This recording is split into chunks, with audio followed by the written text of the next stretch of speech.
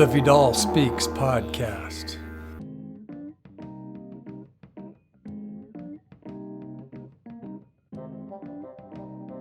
All right, next question. Can you explain the process when someone does a long fast? How are they feeling on day 1, and then day 10, and then maybe day 21? He said, a lot determines where a person's health is when they start their fast. But in general, the first few days are the hardest because you're adapting off of a glucose metabolism and you're getting into a fat metabolism, which means the brain is changing fuels from burning sugar to burning fat. And also because they're detoxing and they're coming off all these medications and a poor diet. So over the years, we've learned to reduce this toxic effect by getting them to eat fruit and vegetable diet a few days before they start the fast, which means they're eliminating caffeine and cigarettes and alcohol, and those are all the hardest things for them to come off of, and that helps them create a lot of the detox reactions and get rid of those before the actual water fast. But he said changing their diet before the fast has really helped us have more success in eliminating the toxic reactions. And during the first few days, they go through a detox process where they'll get these horrible tastes in their mouth, or some people get skin rashes or pains, and they get these vivid dreams. That this can happen often with people, but they start seeing things come and then they go away, and that's really empowering, he said, for the people to see the body healing itself without a pill to fix the symptom. He said that's very empowering for them to see that, and that helps them get through it all. And then he went on to say the next stage is around day 4 or 5. The body's pretty much acclimated to not eating, and they're not even desiring food anymore. They're actually going to cooking demonstrations, and they're going to the dining room to socialize with others. When they're 5 to 10 days into their fast, they're not hungry, so they can do these kinds of things. And for some people, they start seeing some changes already in their body. At this point, they see things like tumor shrinking or chronic debilitating symptoms that they've had for years start going away. And it's very motivating for them. They get extremely motivated at this point. Wow, that's cool. And then he went on to say, but at some point you get to a place where there may be a limiting factor, like maybe their electrolytes are getting low or their energy's not acceptable anymore, and maybe their time is limited because they have to get back to their job.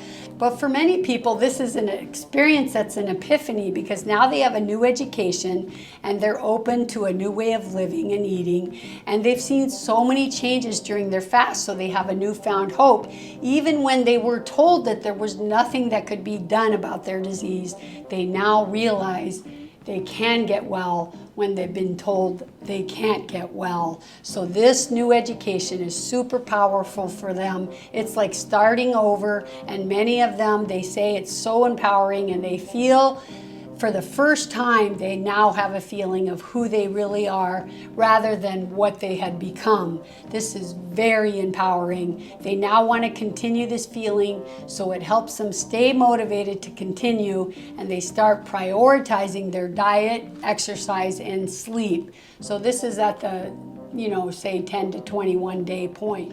Okay, next question. How much weight does a person lose in a water fast? Do you gain it right back? And he said, the average weight loss is 1 pound a day, and since we added a DEXA scanner to the clinic, which measures body composition, including visceral fat, we found out that after fasting, weight loss is gained back partially, but the weight gained back is not fat. It's water, fiber, glycogen, and protein, not fat if they eat the diet we recommend and refed them with. So the fat stays away as long as you eat the SOS diet. And not only do you lose fat, but preferentially you lose visceral fat, which is the fat that stores around the organs that causes diabetes type 2. This is so important for our health to get rid of that kind of fat. Question, can you speak to us about intermittent fasting? What is it and how beneficial is it? Is there any ideal amount of hours to not eat on a daily basis, or is it a case by case per person? And he said, intermittent fasting is where you stop eating for a recommended period of hours and you drink only water during those hours.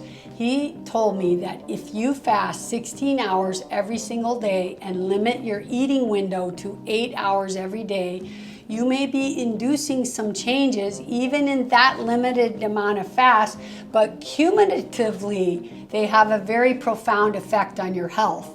So if you count hours of sleep, then this is actually pretty easy to do, because it means you, let's say, eat dinner at 5 and you don't eat again then until 9 a.m. in the morning, and 8 of those hours are sleep. So it's not that hard.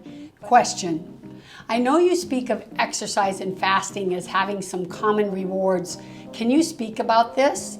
And he was super excited about this question, but he said, yes, we're learning so much and there's still so much to know. And we've learned that when you do a long water fast, that this is a huge impact on the body. Another thing we've learned is that exercise and fasting produce very similar benefits. There's an experiment they did with 2 genetically identical rats, and you give one of them a wheel to exercise on. So what did they find? Well, first of all, they used it, and second of all, when they exercised, they didn't get Alzheimer's. And he said, we know now that BDNF, or brain-derived neurotropic factor, is dramatically higher in rats that exercise. The precursor to BDNF is beta-hydroxybutyric acid, which is the fatty acid that your brain is mobilizing during a water-only fasting. So he said, we now know that BDNF goes up with water fasting, and that's exactly the same as with exercise. Isn't that cool? He was really excited about all this research coming out about the similarities between exercise and water-only fasting. He went on to say, also, glycogen mobilizing enzymes go up in fasting just like in exercise. In fact, all of the biomarkers that we've been able to measure from exercise are there for fasting. It's truly weird when you think about working out and training versus just resting and fasting. But then he said, when you think about it, exercise and fasting are both reversing the results of dietary excess. So I'm not surprised at all. But it's really cool. And then he went on to say, one of the things of being a trained athlete is that you get better at moving glycogen stores. That is why athletes carbo load, so they have more energy and they don't hit the wall so quickly. And we've learned the same enzymatic production for glycogen is induced during fasting because you have to mobilize all your glycogen.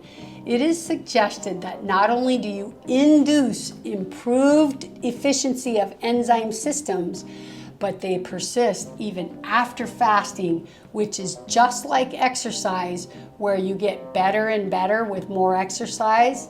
Well, it's the same, it seems, with fasting. That means that with every water fast you do, you get better and better. And we think perhaps that is one of the justifications for intermittent fasting. That's why I suggest to everybody to do 16 hours a day of not eating and drinking only water, and eat during that 8-hour window.